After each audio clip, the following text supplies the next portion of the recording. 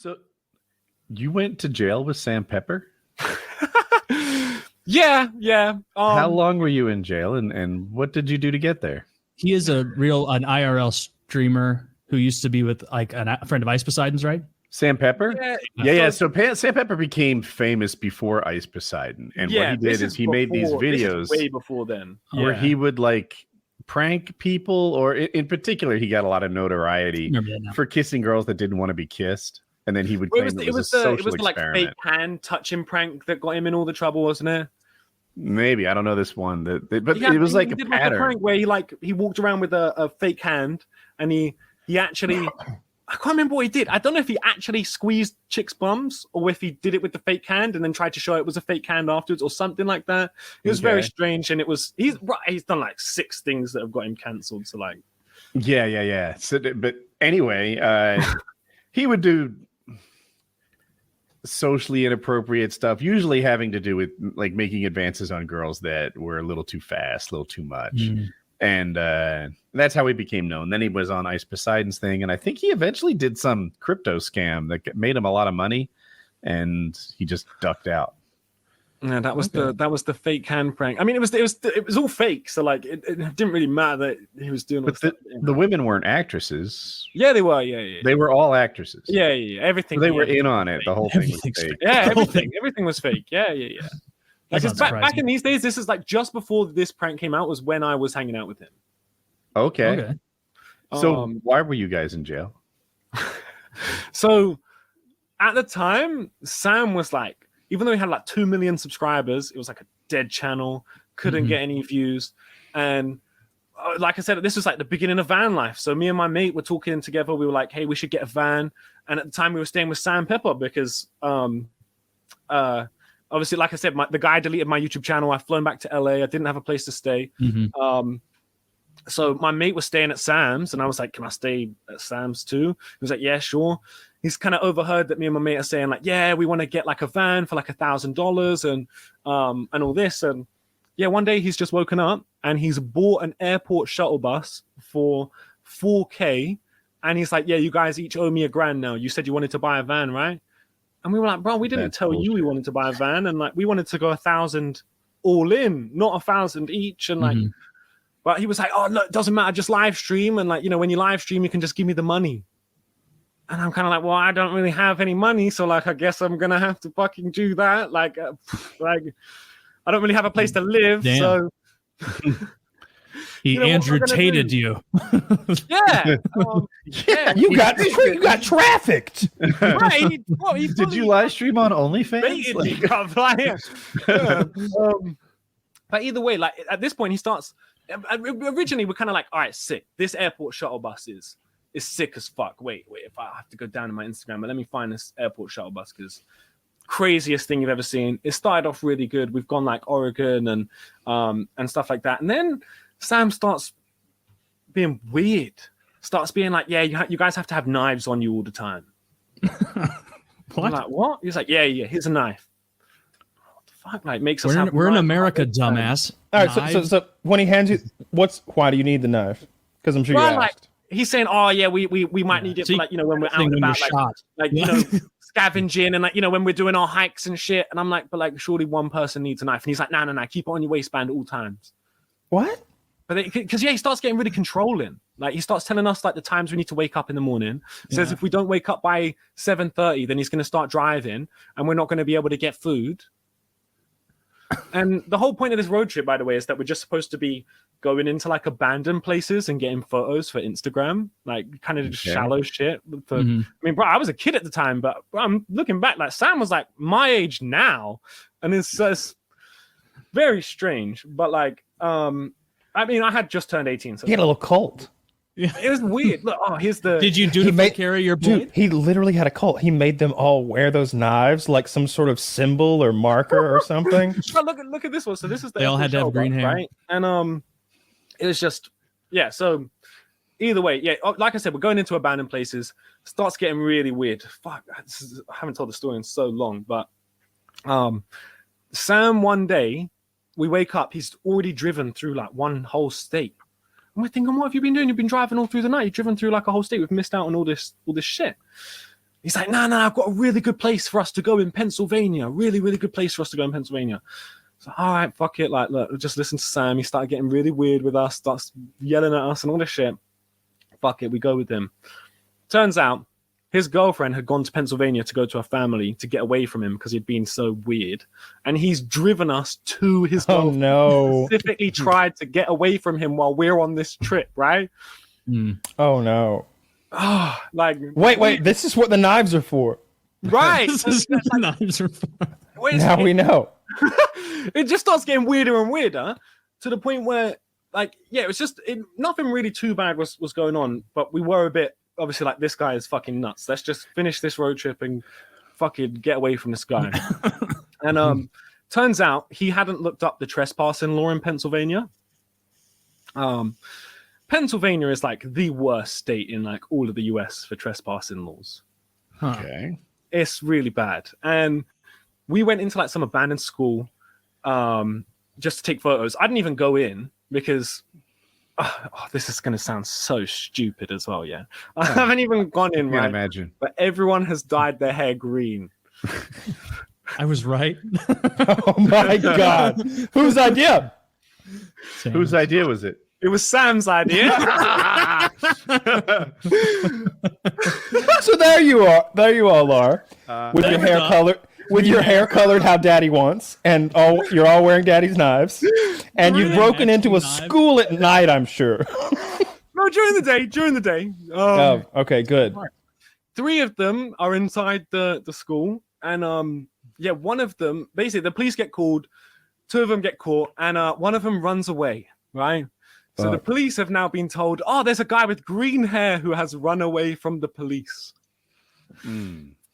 I am a man with green hair, and there aren't many of them, so they've seen me and gone, get the fuck out the bus! Get the fuck out the bus! And I'm like, bro, what the fuck? Like, put me on the ground and shit. Like, fucking, bro, we're in the holding cells. We're like with all these guys who are on heroin and shit, and like, you know, everyone's like, you know, trying, you know, some like gangster guys who are in there to sell the heroin and get the heroin in, and some guys who are there just on heroin and shit, like. Fucked up holding cell. If anyone knows Allegheny County Jail watching this, I feel very sorry for you. That is a fucked up place. And bro, even all these big guys are like, yeah, like, don't worry, you're gonna get out, like, you're gonna get SO'd, like, whatever the fuck that means in America. We don't call that here. Yeah, but like, you're gonna get SO'd. It's gonna be nothing, bro.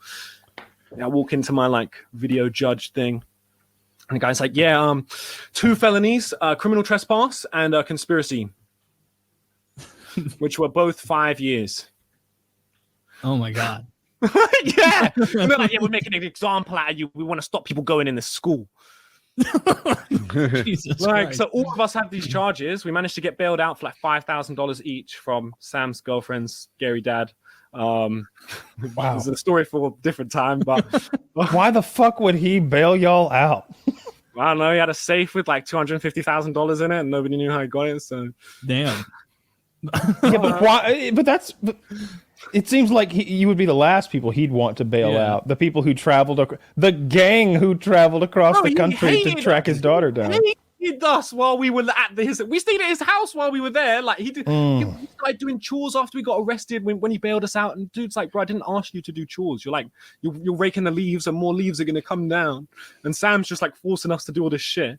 Can you refer to him as daddy for the rest of the thing? So one day, me and my mate are like, bro, we need to leave. Like, Father Samuel.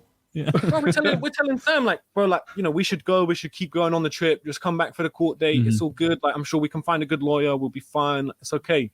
And he's like, bruv, like what? Well, at first he's kind of like, no, don't worry. Like, it's all good. Gets later on in the day, and yeah, he starts fucking putting his hand on his knife, and he's like, you guys don't want to leave, do you? You guys don't want to leave, right?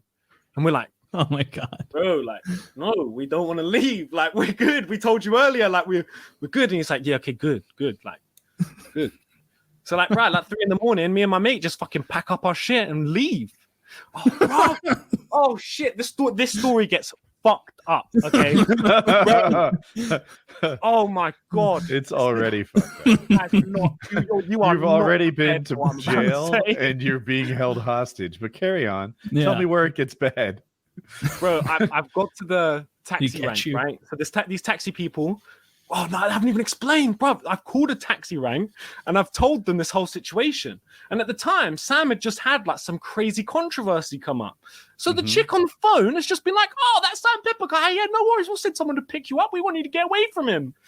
We get there. I'm like, "Yeah, I'm on bail. I need to smoke my weed quick." And they're like, "Oh, don't worry. We've got weed. You can smoke our weed." So I'm like chilling with these taxi people, working out where I'm going to go, smoking weed with them somehow. Nice. Well, I'm looking through my contacts. I'm like, who the fuck is near Pennsylvania? Anyone. The only person who I knew, I knew them from way back on an old live streaming website, used to chat back in the day, is Eugenia Cooney. The anorexic chick? The anorexic chick. Wait, what? Eugenia Cooney. That was the old picture of Eugenia Cooney. Fucking smoking. Yeah. You got, bro, like. Hey Taylor, you asked me earlier where you might get some human bones. Before you guys see her, this is a chick who really understands calories in, calories out. Goddamn right she does. Oh yeah, but bro, I pick her up and she's like explained all the shit to her mum, and she's been like, "Yeah, come over." And like, bro, I got like a 16-hour coach from Pennsylvania to like fucking Connecticut, and and stayed with Eugenia Cooney for like a week. She looks happy. You know what? Being around those boobs, person, what she is actually a happy person in that sense. And like, bruh, she looks like she'd be adept at capturing flies. I feel like she could escape from jail. Like, tell me if she could slip between the bars. Yeah, from jail. There's no it's just a weird, she's like a mouse. She'll world, like just happened to hit up Eugenia Cooney and stay at her house for like a week. So you just reached out to her. She was the only person you knew, and she just totally was like, "Yeah, come stay here." Yeah, I mean, if you ever see a video, she's pretty cool. Cooney, you'll know she's just one of them people who's like, "Yeah, of course, yeah."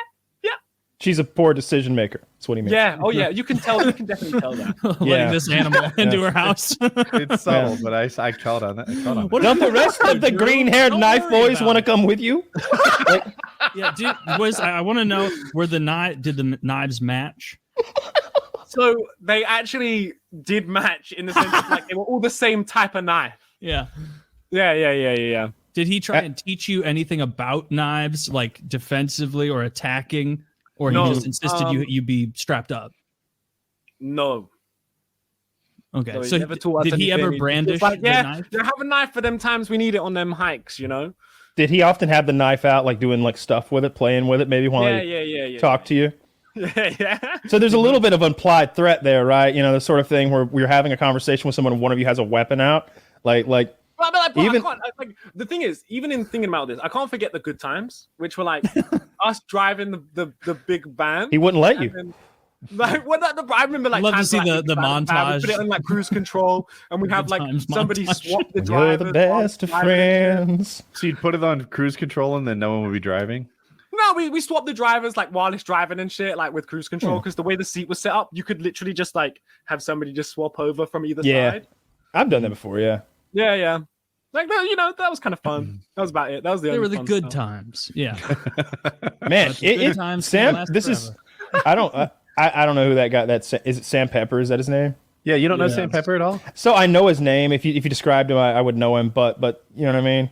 He's one of those people. But wow, that sounds awful scary. It sounds like he had a borderline Manson-esque cult type thing going on.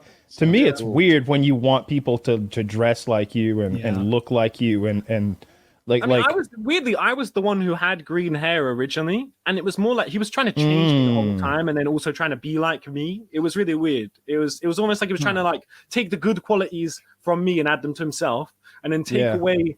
He wanted to get inside you, and then make us the same. It was very strange. Walk around in there. Was there? But like that's the thing with Sam. I've always said to people, I've been like, bro, like this guy will just fuck you over for money. Like that's the main thing he'll do. He'll try and like wrap you into something, and then just like be like, yeah, you owe me money now. And it's happened with like all of his, his relationships with people. We talked about something with Sam Pepper because there was that clip of like he did the same thing Ice did. We talked about that with like the the kind of pump and dump crypto thing. Okay. And like, remember, I think it was the audio clip we heard of Ice like talking about Sam doing that to his audience with like a hushed reverence and awe. Like, can you believe he did this? A genius, a Michelangelo. And he's like and he's like taking influence from that. Like, I can do that to my audience. Right. I mean, what happened to them other than they got real, made a lot of money? I have no idea. I don't even know. Their reputation was damaged, Kyle. That's priceless. Yeah. Aren't they still doing it the same thing they were before? No, none of them are really because they all afterwards they can't ever upload YouTube videos again, right? So like they have to just kind of try and live. I don't know actually. But no, Ice is still going, right? Ice is fine, but Sam isn't. So I was reading in Chiz's fucking text that you were homeless and did both car living and YMCA living, maybe concurrently. How do they compare? What's better? YMCA van life. Van life is so much better. Holy fuck. When you're in a YMCA, you're just around people who are either doing crack or selling crack. It's one of the two. What is crack? Does that have another name? Meth. Oh no, crack. Like no. Crack. I heard crank as well. Okay, we know what crack is. Yeah. But to be honest, there was like a nice little weed community there, and it was. There's like drug-based racism or something like. Oh, there is little weed community. Come on, Woody, you're a borderline weed person at this point. You're a spokesman. You're fucking. I am. I'm a professional. Yeah, you're getting, you got all sorts of products, and you get stoned at least a couple times a month now. You're a borderline wacky weed though. Just saying. But you know how you would feel if Jackie was like, "Hey, what about a little crack? Just a little." You'd be like, "Are you insane? That's it's not a white people drug, honey. If you want some cocaine, I'll get you some cocaine. But if you ever say crack again, like there's a difference." Not what she would say. In the YMCA at the time, that's what you would say. So in the YMCA, right, it wasn't really crack, to be honest. I just say crack because it's the easier thing to say. Mm-hmm. But like it was a drug called MCAT or methadone, not methadone. Methadone. Oh, it was like a legal high back in the day. And like, bro, people were just messed up on it. It was not the one. Was it an opioid? Because I know that over in the UK, you guys are a lot looser than we are on your over-the-counter medicine. No, so it was like. This was like back when spice was like a thing. Okay. Yeah. Yeah. It was like kind of like bar salts, but not bar salts. It was really weird. It made your sweat smell like cat piss, which is why people. I've heard that. Yeah. Okay. But it was weird. It's one of the most addictive substances ever, but only while you're on it. So like while you're on it, you'll do everything to just spend all your money and get more and get more. As soon as you go sleep and you come off it, you wake up and be like, "Fuck that! I never want to touch that shit again." Yeah, well, that's a good. That's not. No, that's methadone. Sorry. Oh, method. Oh, I'm sorry.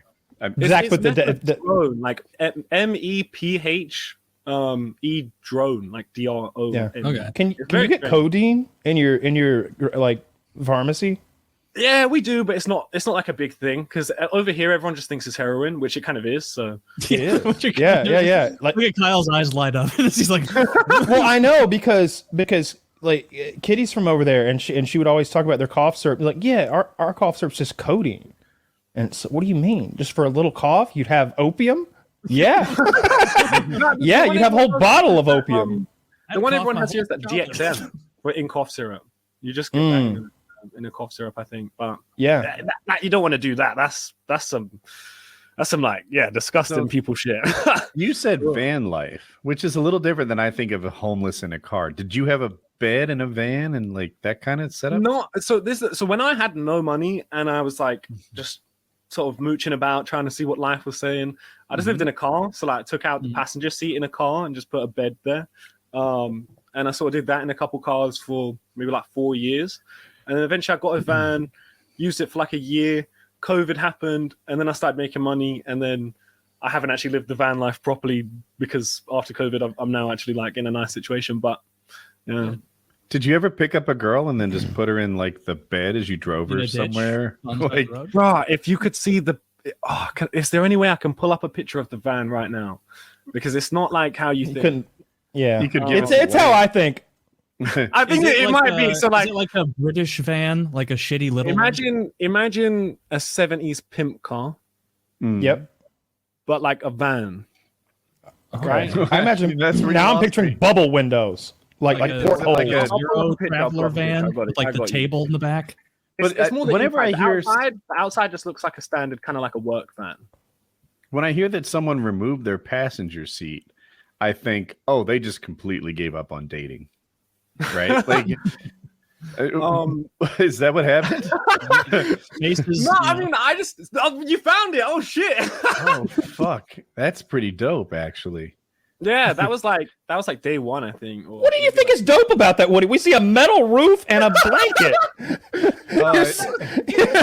Look, it's the I wouldn't call that leopard because it's stripes, but that I'm gonna redecorate my room. True. I'm in. I have a picture somewhere of all the cars that I ever lived in. There's more than one. This Guy's is living his best life. I love that picture. Okay. It's someone in a car. I don't understand why you love it. I don't get it. He's this adventure every day. He wakes up, doesn't know what he's doing that day. He's a poor person. He's a poor person who's looking for anything he can do to get out of this situation. He is suffering here. At this point, I had enough money to buy a van at least. Look at that guy. Look at this van cost me like $5,000 as well, so it wasn't even like it was cheap. But like this is like the beginning of like me just making like the first bits of like, you know, oh shit, I can actually spend something on top of my paycheck. You have open wounds and you're in the woods by a van. That was not a great time in your life. No, I loved it. It was fun. See, I'm right. It was dope. Go on the Instagram link I just put in there. And if you look through all the other vehicles I lived in beforehand, you'll be like, oh shit. Yeah, the van at that point was good. So you were like stoked on the van. You're like, this is much better than the, you know, Geo Metro I've been living in. Oh, he had a Mercedes? Yeah, well, that's the van is a Mercedes one. So this is going back. So like everyone, it goes. So I had a black cab. A black cab? Like a taxi, one of the London taxi cabs. Yeah, little estate car, and then I had my first car, which was this little shit Mazda 2 that I spray painted. It's a camouflage? I got it for like £200. So I just spray painted it. I don't see a car in that picture. Yeah, it's totally guy levitating in the woods. But, damn, I would not. How long did you do van life? I mean, all in all, with everything from like 2017, no, 26. Well, yeah, if you include America, 2015 until 2019. Wait, yeah. you did van life in America? Yeah, I just don't really have many photos of it because it was on one of my mates' YouTube channels. But he is not someone I really associate with these days. I'm not gonna lie. Right. He's probably bad influence. In America, did you go cool places? Did you do van life in like the Grand Canyon and the deserts? And fuck yeah, I went to the Grand Canyon. It was sick. I've been to 44 states. That's damn. That's most of them. More than me. That is the majority. Yeah. I haven't been to anywhere in England. Do you guys remember Warped Tour? Yeah, I got pickpocketed at Warped Tour 2008. Lost $50. I can imagine. $50 when you're fucking 16. Then the 17. pickpocket came back and beat me up for not being worth his time. I was just walking around and I was like, God damn, I'm thirsty. And it was like, no water the rest of the day for you, dumbass. You just got your wallet stolen. Oh, dude, you didn't go to someone and implore?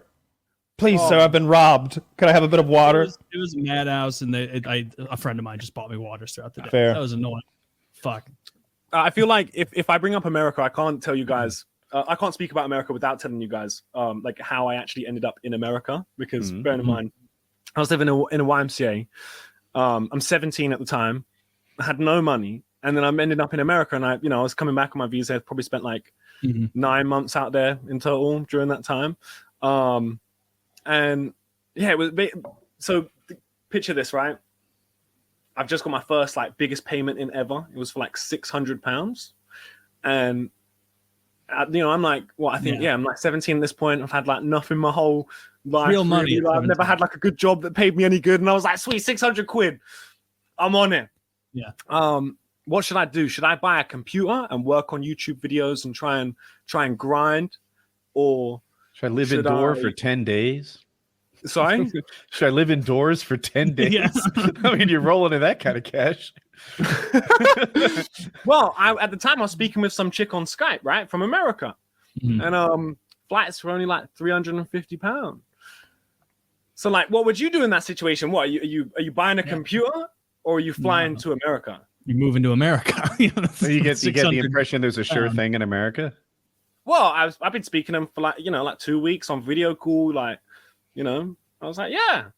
So I call them. I'm like, sweet, let's hook up. Let's do it. She's like, yeah, I can meet you. I'm like, fuck it. When should I come? She's like, yeah, come tomorrow. I'm like, yeah, fuck it. I'll book a flight right now. Come tomorrow. That's how it happened, bro.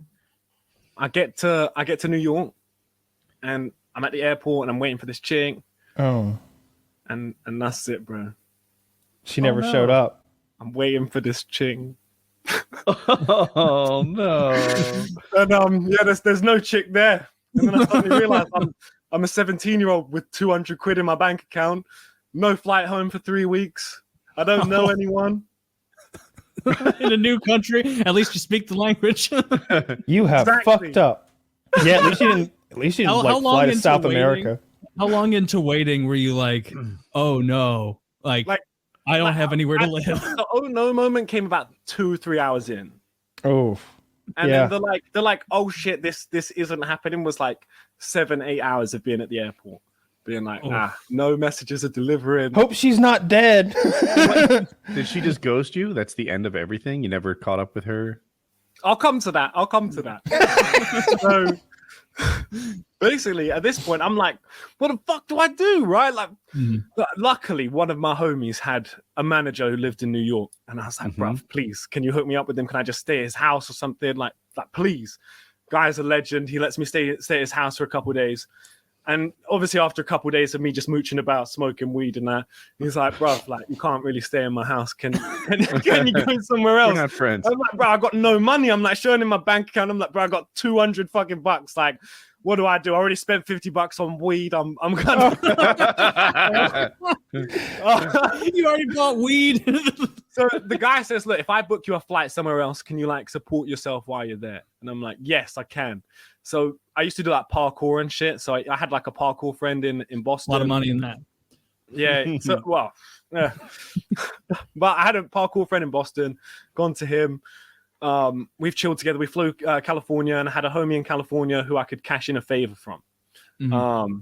But that's 2 flights I made this guy buy as well, and I'm very grateful. I've not even spoken to him since. So big love to that guy all them years ago. But yeah, I've landed in California. Just chilled for a bit, cashed in a favor from a homie, was about to fly home. Somebody's tweeted me, and they've said that there's a 420 party happening at their house. For 420, I'm not sick. I'm down for that. Sweet. I go to the house. Turns out in America, bruv, like, what are you guys doing? You call up an actual party a rager. And what we call a party, I mean, what you guys are calling a party, we call a social gathering, where it's just like 10, 15 people all chilling, smoking weed, right? Yeah. I thought I was going to some like big fucking party, and it was just like, yeah, it was cool anyways. I'm chilling. I wake up in the morning, and the guy's like, yeah, do you ever want to like move to California? Like, do you want to chill here? Like, I'm like, right, like, yeah, of course, at some point. And he's like, yeah, well, bro, like, you can stay here for free anytime. I own this place. And he takes me to the balcony. He's like, yeah, I own this place, and I own this place. Yeah, stay here anytime. And I'm like, bro, what the fuck? Of course. Bro, I flew home the next day, fucking sold all my shit. So many bad decisions. These are great decisions. You're totally wrong, Taylor. This guy's killing it. And then the chick actually did end up texting me, right? The chick was from New Jersey. She was from New York, sorry. She's driven into New Jersey because I was at Newark. And when she's gone across the border, there was like a police check. They found loads of weed on her, and she got arrested, and she didn't get bailed out for like 2 days. And then she did eventually text me, but by that point I think she didn't text me for like 6 days or something, and by that point I was already in Boston. Yeah. So you sold all your shit and then went and lived with this very generous gentleman who just he just a free place to live in exchange for blowjobs. Yeah, just a rich Californian fella who wanted a young little British man to live in one of his many states.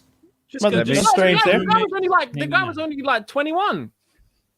Damn, He's that's a lot of properties at 20. So what? How sure he long worked hard for did them. he let you stay there before he started asking you to leave?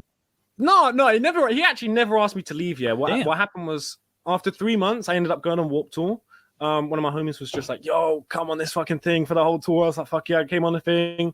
I flew back to England afterwards because of my birthday, and while I flew back to England, my YouTube channel got deleted, and I only had like 30,000 subscribers at the time or something. But yeah, my channel got deleted, and I was like, "What? This doesn't make any sense." I'm like freaking out, getting off the plane. What the fuck? Turns out another guy had moved into the apartment, so there was like, me, the other guy, and this other guy, and the other guy was paying rent and I wasn't. And while I've gone away, he's figured out that I wasn't paying rent. He's thinking that he's paying for my rent as well, even though he was only paying half and the other guy's just taking the L on it. And yeah, he's gone on my computer at the house and fucking deleted my YouTube channel. Oh no. Yeah, because obviously the password is like stored in Google Chrome when you go into like settings and you just type in thing, you just and your computer wasn't locked. So I had to speak to YouTube and get the channel back and shit, and it was long. So when I came back to Cali, I literally never went back there. I just left all my stuff there and was like, fuck that. Damn. This is an exciting life. Like that's a lot. This is cool, right? Like it's different, I guess. I mean, this is me when I was like young as well. I still kind of do all this shit. As opposed to now when you're quite old. What were the times though that because I'm sure it was exciting and fun. What were the moments that kind of, if any, made you think like, how long can I keep doing this? Like, where am I heading with this? Like, with the only time I ever people. think that is when people, when I ask people like, oh, how old do you think I am? And they say somewhere like 30 or like 35 or something, even though I'm only 25. And I go, sweet, I can still have green hair until I'm like 30, 35. that's when I reckon that's when everything kind of stops. Yeah. You late 30s, you shouldn't be having green hair anymore. Yeah. You'll have to mature and go to a different color. Still not natural. It's been green for 8 years. Chiz was giving us a little bit of kind of a backstory. I was looking at your YouTube channel and everything. I guess I never really thought about legal weed in the UK. Like I assumed it was way behind us. Like I just got it here in Missouri. It kind of is. Okay. And I heard you're one of the few who's like has the freedom, right?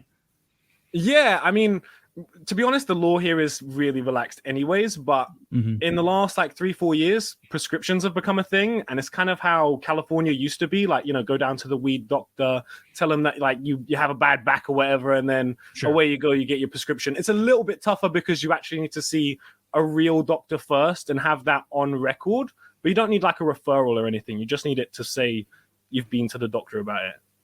Okay. That's it. So it's the same thing as California was, where it's like a lot of people are afraid of flying, like that level of thing. Like, I mean, at the beginning, it was very much more serious. I guess like the same with California, how it was, but it's slowly getting to the point where, there's more and more people who are doing it. And at the end of the day, who are you to tell someone that they don't have a medical issue that they're claiming they have? So you're a doctor. That's what you do. Who are you, Doc? You're you to Hey, Doc, why are you signing shit? I need workers' comp. Yeah, literally. Yeah, were you? I saw a YouTube short today, and the guy was pressure washing a house, and he said, "Somebody asked me if I drug test my employers. Hell no, never, not once. That way, you fall off the roof. Well, we're going to test you then, and if you was high when you fell off that roof, no workers' comp for you, my friend. No, I ain't never paid no workers' comp. People falling off left and right. High little son bitches." Someone got high 3 weeks ago, so they can't get their back fixed. Yeah. You test. I mean, think about it. You're running that company. You got Julio up there on the top of the ladder, fucking burning the doobie down, running the pressure washer with the other hand. He falls off, twists his ankle. Now he's expecting you to come up with some pesos. I don't think so. Well, that wouldn't be fair if he's smoking at the time. you're well, that's what people do, though. That's like, I saw New York complaining about this. I read an article recently about how the entire workforce of New York, and I'm not talking about lawyers and doctors, I'm talking about the workforce, the people who are making sandwiches and pulling handles down on the ground, that they're all just baked.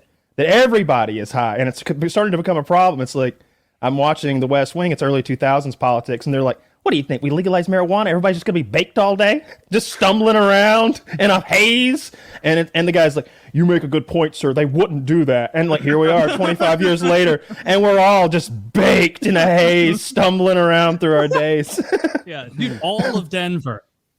There's not one place in Denver you can go that it doesn't reek of weed. Like it would be. I like the smell. If you're, yeah, I know you like it, and like if you smoke it, like at worst you don't seem to mind it, but like if you're one of those people that hates the smell of weed, Denver's unlivable. Literally, like no joke. Sure, like you couldn't live there, dude. When I was in Pennsylvania, I stayed in an Airbnb, and the husband of the wife who owned the Airbnb was telling me that I couldn't smoke my weed inside, and I had to smoke it outside. Only cigarettes inside, because in Colorado, her husband was just walking down the street, and he drives trucks for a living, and then he failed a drugs test the next week because he was walking behind somebody smoking a joint, and it's obviously gone in his face, and it's made him fail the test.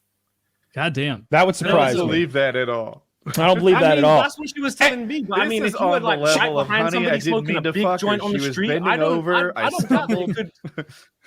Yeah, little toilet seat STD there. That's where I was headed. Right. Yeah, she's a real Mary. Mm-hmm. well, either The that original or, lying whore. Yeah, precisely. Either that or she telling some not The Virgin Mary, one who came up with that name. She did. Yeah. No Before that, she was married to get a ahead lying of the story. whore. She moved to a new. See, we talk about this all the time. How you could change your identity in olden days. Now we're usually talking about the 1970s, but think about the year -36.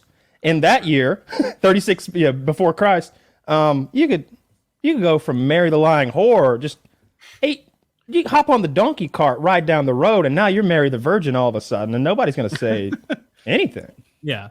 I imagine like 60 yards away, you could start a new life with a new group of people who don't speak that language. With like a There haircut. would be no carryover. Yeah. With like a haircut. Yeah. Like it never make people love doing that when they come to America, it seems. Like everybody seems like they come here and shoot a couple guns. Weirdly enough, the only time I've ever like held and shot a gun was when I was in Israel. Was it a cool one? No, just some handgun somebody had.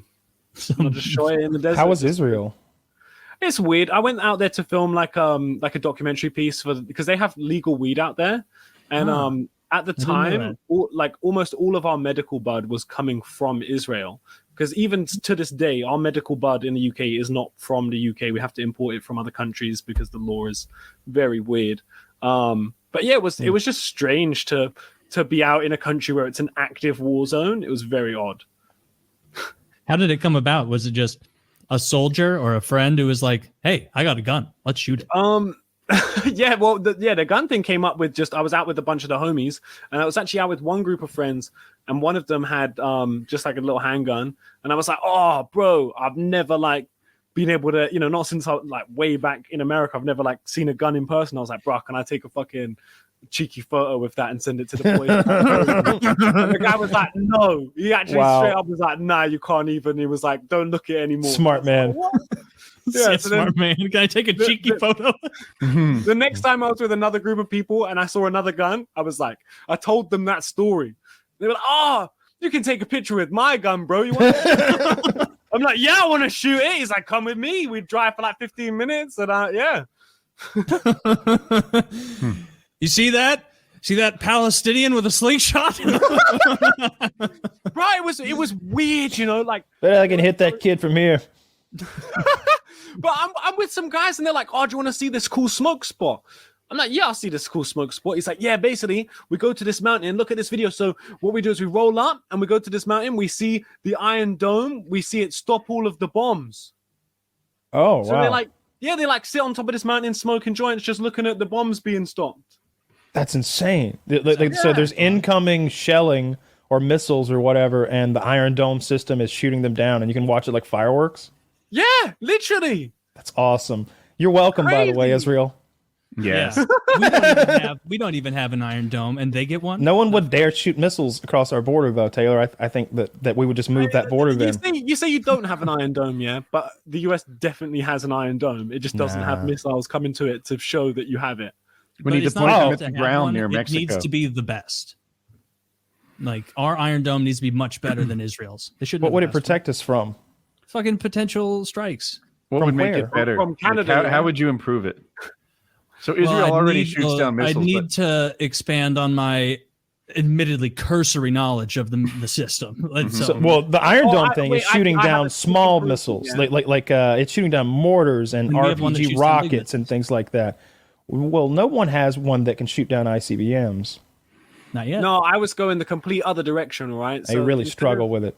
Instead of the Iron Dome just stopping the shells coming in or whatever and like everything going off, you know, do one of those things where you, like in America mainly, you have those fireworks that have ads.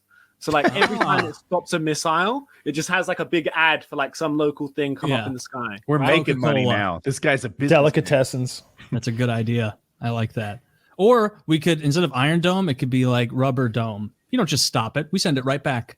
These are the improvements I was looking for. Projectile reflection. Glue can be the code name. Yeah. Oh, you keep your Iron Dome. We're just going to throw it right back at you. You know, that's what we have. When you're smoking, Drew, are you like to the point of tolerance that like you don't fuck with flour at all? Or do you still just kind of a mix of everything? No, I love flour. I'm a big flour man. Yeah. Okay. Same. Yeah. Kyle is on the other team. He will always go concentrate because it's stronger. And I think it's short-sighted. I think you're fucking your tolerance up in the long run. How long does it take to get your tolerance back? A couple weeks. I feel like everyone's tolerance is different as well, right? Like mine, I feel like it just gets to a level where it instead of just going up and up and up, it kind of plateaus really early. So like no matter how much I smoke, it never really goes over what it's at right now. Like I smoke one joint and that gets me really nice and high, right? Okay. But it's diminishing returns, right? Like if I smoke one, it gets me super high. I smoke two, maybe gets me like 50% more high.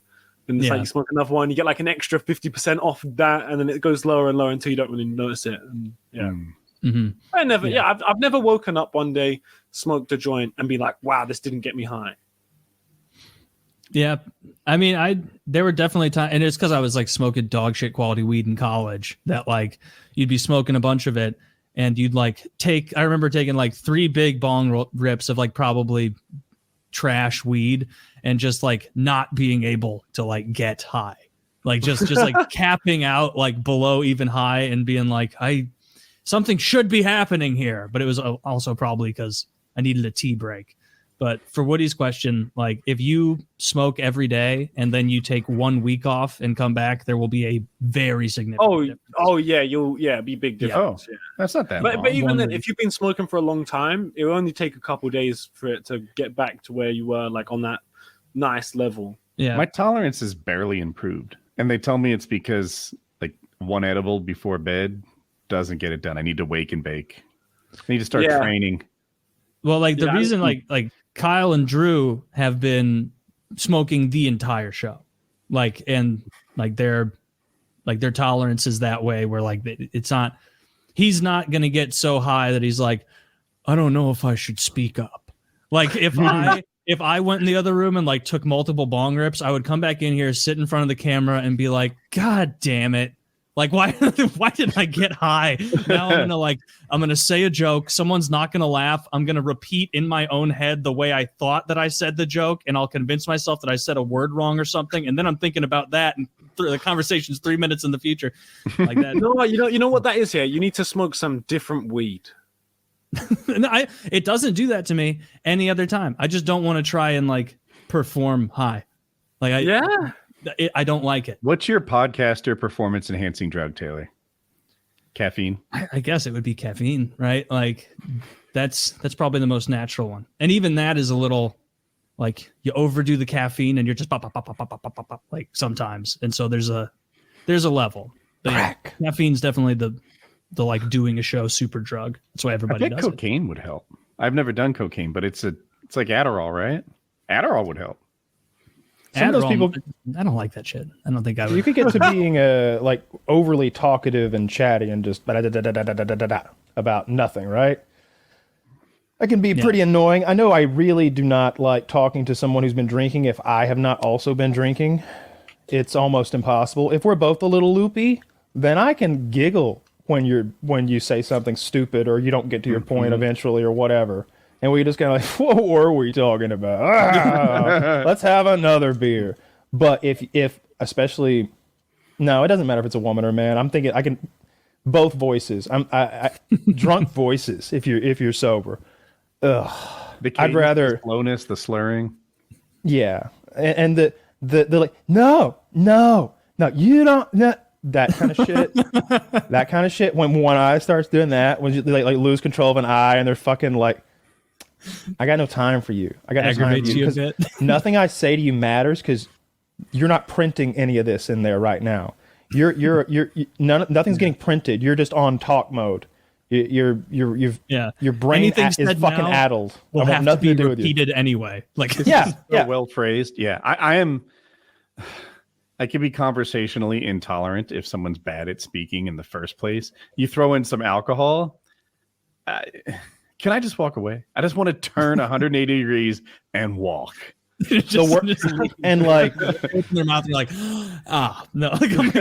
Hold that thought. I'll never see you again.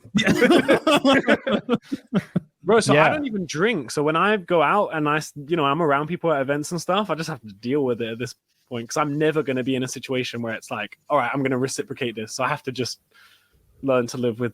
You could just get so stoned that you're also impaired. Yeah, that's true. But then it's the opposite. If I do that, then it means they're going to be like, oh, yo, how you doing, bro? Yo, this my homie Drew. And I'm going to be there like, yo, bro. See, that's not the kind of drinker I am, though. Like the idea of like a Kyle, being this rager is so foreign. When I get drunk, I really want to like talk. I want to have like a silly conversation. Yeah. I want to be outside drinking and probably smoking and just shooting the shit on a patio. Like that's my idea of having a good time while I'm drunk. Or maybe by a fire and we're, a lake and it's like light beer or something and we're just cracking them and eating or something. I have this great memory growing up of eating pheasant balls or something like that with this disgusting white trash beer, and it was just such a wonderful combination of those bacon wrapped little bird breasts and the beer and everything. It was a good day. We were playing poker. I was winning. Wonderful memory. Pheasant balls have nothing to do with testicles. No testicles. Nah, you take their whole breast out, jalapenos, cream cheese, bacon, and you grill them up. It's little chunks of delicious lean meat. I know. For him. for him. Every story is the first time for me. Yeah, I even know what beers Kyle likes. Superpower. All the Mexico ones. All the Mexico ones. Mm-hmm. I can't get down with that Guinness. I remember Guinness sucks. I remember when I was not even of drinking age yet, and I had those roommates, and they always liked those disgusting beers. I couldn't get down with that shit. But Guinness, Guinness!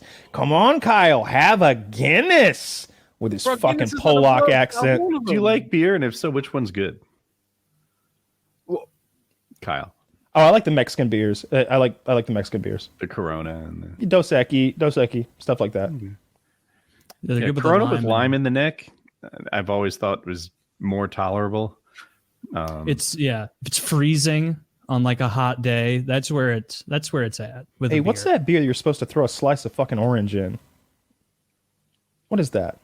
Zach? I'll Google it. A slice of orange. I don't know. I always see people drinking those beers and they got a whole goddamn slice of orange in there. What kind of beer is that? How did Google know I was about to ask Is it Blue Moon? A Blue Moon? It is Blue Moon. Yeah. I haven't had one of those in forever. Those are good. Did you Google it too, Taylor? No. I was like trying to remember back to what beer I've had with an orange in it. And I think that might be the only one. Yeah. I haven't had any alcohol in shit. When's the last time I drank? I don't know if I do. I don't know. Oh, no, I'm not. I don't think I've had a drink since I could smoke either weed or, this Delta 8 stuff. I don't think I have. Because what's the point? Yeah. Why would you? Like, bro, when you drink, it makes you need to pee, need to vomit, and then you're out of control of yourself.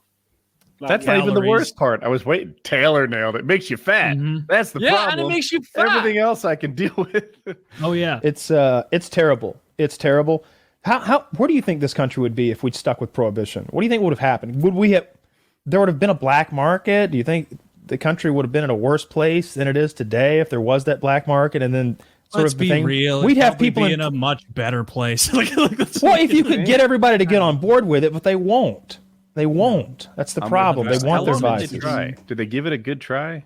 It's like 5 years, right? No, almost the whole 20s, right? And then they brought it back in 1931. If it was illegal for 10 years, I feel like we know our answer. Like, culture wasn't about to change in less than 50. It spawned Al Capone. You know, it spawned the professional gangster in this country in a lot of ways. Glass half full. Hey, glass half full. You're right. You're right. The Kennedys made their money. That's actually true. You know, it really did teach bootleggers, big criminals. Like it taught like the main guys in the 20s, like, oh, sweet, like now you've had this little test run with alcohol, and alcohol's legal again. Now you know how to do it with like crack and heroin. Good luck, boys.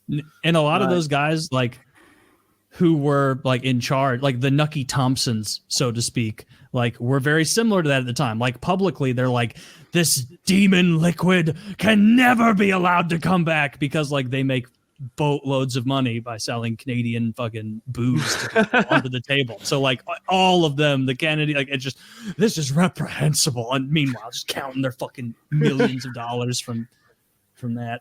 Yeah, it is terrible though. We should look at that blueprint and make some money. Heroin's illegal. Get on it, Taylor. You need a third I tried that, Woody. It didn't go well. Haven't you heard? I was a trafficker. What? Muling it. Drew, you did some time, didn't you? Weren't you put away at some point? Not on a serious one. I mean, I've had multiple times where I've been in jail, but I've never been sentenced with anything. I've always managed to somehow get away. Just like the Sam Pepper level shit where you were kind of arrested and then on your way. Yeah. You've been in American and British jails? Like France, I bribed some police to get away, which was kind of weird. Tight. How did that happen? Like, so I was driving, and bearing in mind, I had like 2 ounces of flour, and I had like, I don't know, maybe like 200 quid in cash, but it wasn't enough, but it looked sketchy, you know? It was just very strange. And this is back in the day when, like, I don't know if you guys know this, but in the UK, Cali import is like a big thing. Like almost, like probably 30% of the weed over here is like expensive, like Cali import. Stupid expensive. But back then, we used to get these bullshit RX label pots where people would just put their UK weed in like these RX medical label pots, right? And it'll be imitating Cali. Luckily, I had some of my weed in that. So I'm driving, and there's one of them stops where they're pulling like 1 in 3 cars. Oh no! And this is when I was an idiot, and I used to like smoke while I was driving. I had like a big joint going. I'm like, yes, oh fuck! I'm like throwing the joint. I'm like, oh fuck! Run the window down. Like pull up. They do breathalyzer. I fail. No, I don't fail the breathalyzer. Sorry, I'm like, oh wait, I'm gonna pass. I'm gonna be able to go. But then they bring out the swab test, which is like brand new at the time. They can swab your saliva and tell if you have THC, like cocaine, like all sorts of shit. And obviously I'm going to fail that. So like, yeah, it came back, I failed it. I'm like, fuck, medical, please, medical, like, please. And at first they weren't having it, but they saw that some of the pots were in the RX pots. They put them to the side. They're like, sweet. And then the police have sort of gone like, this problem, this not problem. And he points at the ones with the bullshit medical thing on it. Oh no. Oh, sweet. But it's like this big problem, like, and it's just the same pots, but without the fucking medical sticker on it. Yeah. And he's like, yeah, like, look, come. I get out of the car. 4 of them all huddled together. Like, look, you pay police, it makes it easier. What, like a fine? He's like, no. Bribe. I'm like, sing. I love that he's so open with the corruption. He's like, no, let's be real here. This is some illegal dirty shit, you pothead. What an honest, corrupt policeman. Yeah, right. No, not a fine. Well, I think you have to make it clear, like, this is not you are okay to go. He didn't have to make it clear. He could have taken your money and left, but he wanted you to be. You say a shake down. But bro, I'm like, yeah, bro, how much you want? He's like, look, we huddle, like they huddle again, like 750 euros. We're just like, brother, at the time that was like all You know the who you're money I talking to. had. This like 2017. I was like, broke. Oh fuck! I guess if this gets me out, I'll fucking go in jail. Take my money. So like, bro, these guys get me in the police car. We start driving like on the wrong side of the road with the lights on, like going over the grass and shit, like fucking like mad shit. So just to get me to the cash machine. I get there. Like, That took you to a cash machine. yeah, and I had a foreign card, so it's only letting me take. Are you sure these were police officers? Yeah, so like it only lets me take out 250 euros because of the. Well, they said they were. Well, because foreign card, 250 euros only allowed. I'm like, bro, what do I do? Only 250 euros. Like the card, it doesn't let me take any more. He lowers the And they price. sort of huddle and they're like, it's okay. It's okay. I'm like, sweet. What do we do? They're like, well, they basically explained to me like, look, we've called it in. So the only thing we can do is we can take you to the hospital. We can take your bloods. We can say that there was nothing in your bloods. We can say that the test came back nothing. Wow. And then we can give you your license back in the post. And we'll just What? mail it to you. What a terrible system. Yeah. They're doing it So like, and because We're gonna mail you your license after we fake your medical report. Why don't I just walk away and you go that way? Yeah. Bruh, I had to go through this whole ordeal, and they Tell 'em I they didn't escaped. handcuff me at all. I'm like smoking cigarettes inside the police station with them and shit because it's fucking middle of France, middle of nowhere. They don't give a fuck. Bro, I'm looking at people in the cells, like, and I'm just stood there outside smoking a cigarette with the police, like, oh, when we're going to the hospital, then boys, like, are they writing up everything? And Yeah, bruh, those lo and people didn't behold, have money for the bribe. Bro, they were telling the truth. And Yep. everything happened. Like, bro, I got home later and my license was there. Like, it was waiting Hilarious. for me. They actually shipped it back. What the fuck? Well, That's bizarre. I just imagine them as both scary and polite at the same time. A French policeman who wants a bribe. That's like a Saturday Night Live sketch. did you call him It's like fucking weird. Monsieur or like whatever Sir is over there? Nah. Officiel. I think they like being referred to as that. You go Officiel. Inspector. Well, they like that. Inspector. They like to be Inspector. talked to like that. Is how a French person likes to be spoken to. Is in an obvious mockery. I think they enjoy that. Yeah. You know what's actually Mockery. crazy though? Like recently I had some really fucked up situation happen, which I haven't really spoken about on my channel, but like I kind of don't care because fuck these people who did this shit because it's fucking annoying, bro. Yeah. Recently I was in Barcelona for like a big weed event. It's like the biggest cannabis thing that happens anywhere. And I'm sat inside one of these cannabis clubs out in Spain because that's how it works out there. They're like a club. And my mates in the UK start getting phone calls and they start saying, yeah, there's people waiting for you outside. Like they're going to kidnap you and shit. Like my normal mates from UK, I'm like, what the fuck is going on? So like, I've been sort of being like, look, this is surely bullshit. Like I have someone walk me to my car to make sure that like everything's okay. Like, you know, everything's all good. I've walked to my car. Everything seems like it's bullshit. Nobody's walking with me. Nobody's done nothing. And yeah, like I've sort of gone to my mate. Oh, it must have all been bullshit. I've like fist bumped him. I've got in my car. Next thing I know, two guys have come over to the car, pulled me out the car, fucking beat the shit out of me, taken all my stuff out the car, probably like $5,000 worth of shit out the car, like a bunch of shit. And like the only reason I'm really mentioning it is because I ended up going to France. Like while all this fucking ordeal was going on, and I was like, what the fuck is happening? I didn't want to be in Barcelona, so I drove to France. Which after all this situation, I actually got a warrant out for my arrest because 2 years later they decided, yeah, actually, fuck it, we are pressing charges on this cunt. So for some reason, I had a warrant out, which I ended up being back in France. Super, super long situation. But all in all, I hope never to go back to France. And fuck those people from Barcelona who are Club 67. So fuck them. Yeah. Fuck Spain. Fuck France. What other European countries can go Just those fuck two. them? Just those two. Those are the worst ones. Really? Yeah. You know, do people? I feel like Europeans are all mean to the ANIA nations, like Romania. Like they seem to get ripped on a good bit, being called gypsies. As you go further east, you know. Yeah, I guess the further east you go. Yeah. And Monaco, for some reason, fuck them. Yeah. Monaco? I thought they were like the super rich, like almost like a tax haven. But that's why it's fuck them. That's why. Yeah. They're all full of themselves. They think they're hot shit with their boats and they're fucking car races. Your marina's too crowded. I'm not having it. No. You know, I'd like to go. You know, somewhere you should visit just to roll the dice is Singapore. Singapore. Yeah, like just see if you can make it through. Like, because they are like, luck, you know. I've had all these situations in all these other countries, the US, France, you know, like Singapore. Let's just you're playing this shit on recruit mode in France. Thailand, because you ever been caned before? Things you do public caning. Preliminary public caning before you even do something bad. I like the public caning. I'm sure we've talked about this many times, but I love the idea of public corporal punishment. When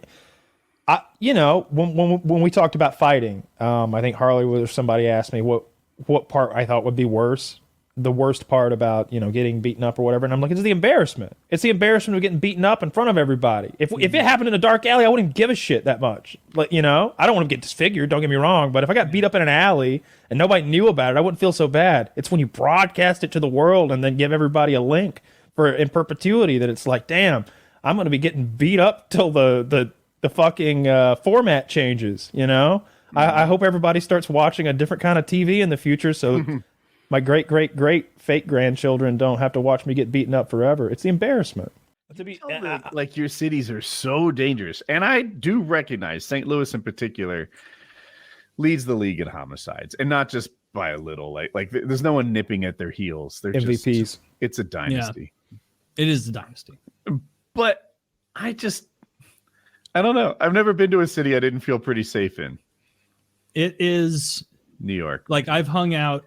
Like you walk around like Denver, Seattle, like the vibe of homeless people is so wildly different than St. Louis homeless. Like it is like it's fun. Like when I think I have a different perspective on some homeless people, because people will be like, like a lot of them are just guys down on their luck and need this help and this and that. Like not in fucking St. Louis. Like the homeless people you run into here are terrifying for the most part. Like they are talking to themselves. They are making erratic movements. There are big groups of them sometimes. Like it is the kind of thing where like if I was walking somewhere and I saw a big group of homeless people, like if I was in Seattle, I'd probably just keep going. But like in St. Louis, it's like, no, like I just saw an article of some retard like me thinking he could walk past this, like a group like this, and he got stabbed in the head. And because there's 15 other murders happening, no one comes, you just kind of die. So when I was in LA, there's no reward because there's nothing fun to do in St. Louis City other than Blues games and Cardinals games. There's nothing there. It is a paintball course of bullshit, that whole city, other than Blues games and Cardinals games. Like, and so if there was a big to do where it's like, oh, maybe we'll brave the shitty part of the city for this fun event. No, decades ago, St. Louis shifted everything but the professional sports stadiums out to the county because it's a shithole. It's awful. Like, our St. Louis isn't even managed by the same group of people who manage St. Louis County. St. Louis City and St. Louis County are totally different governments. And one is run very well and is kept clean and is kept nice. And the other is ran like a fucking third world country. How would you fix St. Louis? Just aggressive policing? It would have to be really aggressive. Like you'd have to make it so that people felt safe investing. I mean, that's just kind of the baseline is like, you need to make it so that people feel like, hey, I'm going to make money on this restaurant I'm going to put here next to the Enterprise Center, instead of like, well, Wheelhouse is, that bar down there, like just in the past 5 years, it's gotten so dangerous where they are. The traffic's gone down. Like it, I don't think you're homeless for more than 7 days, death penalty. What do you think? I think it's a start.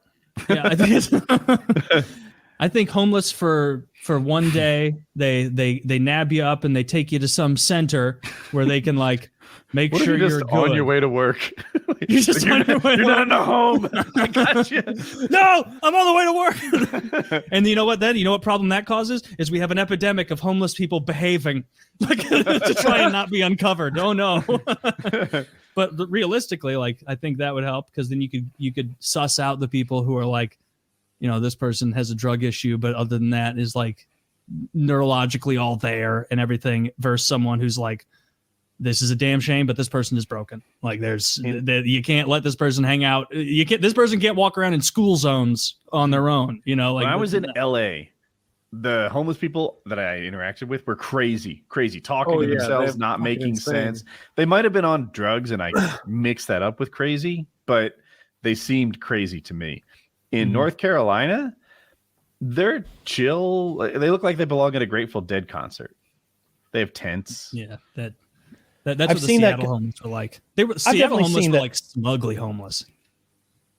Yeah, there's it runs the gamut, I guess. You get a little bit of everything, but some of them are definitely scary. The people who are doing van life stuff, the people who are like grinding out this cool kind of existence in gym locker rooms and campsites and stuff, I can respect that. I bet that's a cool lifestyle and an experience to get. But, then there's all those homeless people who are crazed and violent, and they're there because I've said this before, and it's not always true, but for someone to end up homeless, they either have to be mentally ill and not responsible for themselves anymore, or to be such a piece of shit that no one will back them anymore. They don't have an auntie to go stay with because they stole from her. Granny too. Brother-in-law too. Best friend, second best friend, third best friend, and his cousin. Stayed with them, tried to live on a couch, same thing happened. TV's gone again. They've run out of, would you please pick me ups? They're not answering anymore. He doesn't have the number anymore. And now he's just a piece of shit on the street. I think that happens a lot too. Yeah. I mean, our homeless have like evolved here in the UK. You're a perfect...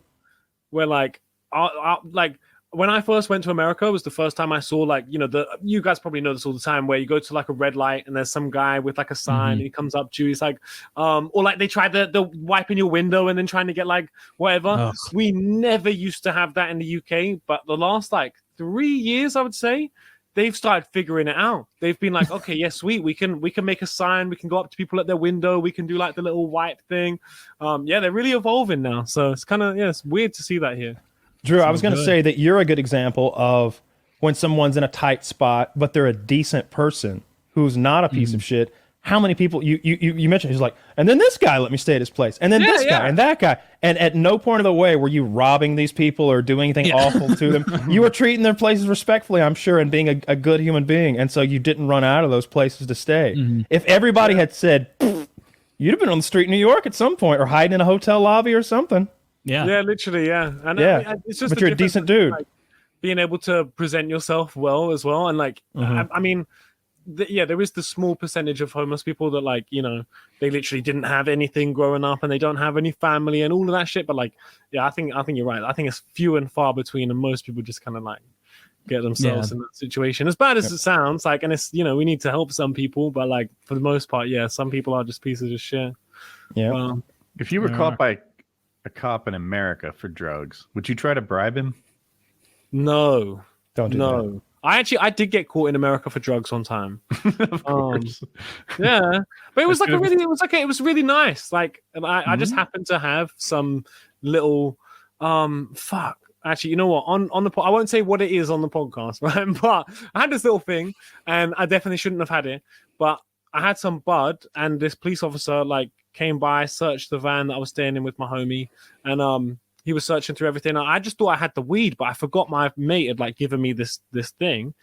And I just told him about it. I was like, oh shit, my mate gave me this one thing. It's there. And the guy was like, seeing as you're being honest with me, I don't really care. I'll just throw it away. And that was it. So, yeah. Could have gone worse. Yeah, well, definitely could have gone worse. I think we've lost Taylor now, so it's probably a good time to call it the evening, Drew.